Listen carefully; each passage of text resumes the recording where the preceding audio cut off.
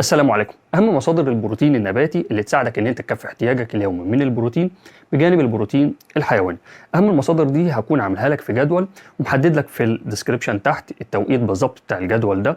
لو عايز تروح على طول على الجدول دلوقتي وتعرف اهم المصادر تقدر تروح. اما بقى لو عايز تعرف الفرق كويس ما بين البروتين الحيواني والبروتين النباتي وازاي تستفاد اقصى استفاده من البروتين النباتي، فكمل معايا الدقيقتين دول هشرح لك فيهم بشكل مبسط. وسواء عملت كده او كده ما تنساش ان انت تشترك في القناه وتفعل زر الجرس وتدينا لايك.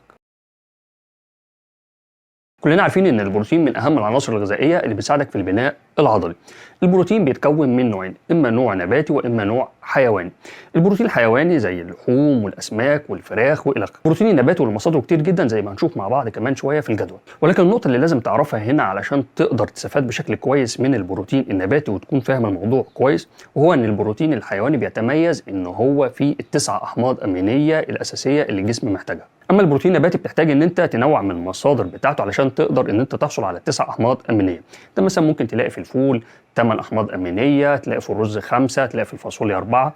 دي كلها امثله، فان انت بتحتاج تنوع علشان تقدر تحصل على التسع احماض امينيه كاملين من البروتين النباتي. وبما انك رياضي بتحتاج حوالي 2 جرام بروتين لكل كيلو من وزن جسمك، فالبروتين النباتي هيساعدك بشكل كبير جدا ان انت تكفي احتياجك اليومي من البروتين مع البروتين الحيواني. مش هنقول ان احنا هنلغي البروتين الحيواني، ولكن هتقلل التكاليف شويه بحيث ان انت ما توقفش بسبب ان انت مش قادر تكفي احتياجك من البروتين خلال اليوم. وبعد ما عرفنا الفرق ما بين البروتين النباتي والبروتين الحيواني وعرفنا ازاي تقدر تستفاد من البروتين النباتي اقصى استفاده، يلا بقى نشوف مع بعض كده الجدول اللي فيه اهم المصادر اللي فيها البروتين النباتي. قبل ما نروح بفكرك تاني تشترك في القناة. يلا بينا.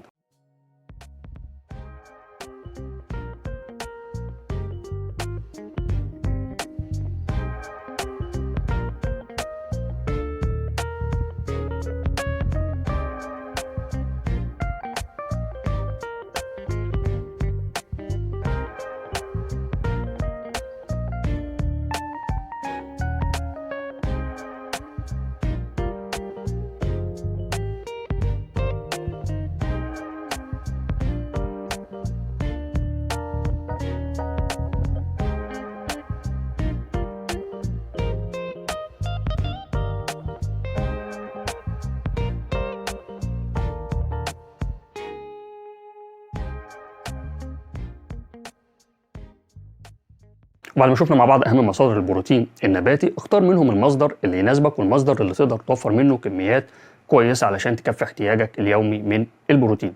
لحد كده يكون الفيديو خلص. بفكرك تاني ما تنساش تشترك في القناه وتفعل زر الجرس، ولو الفيديو عجبك تدينا لايك.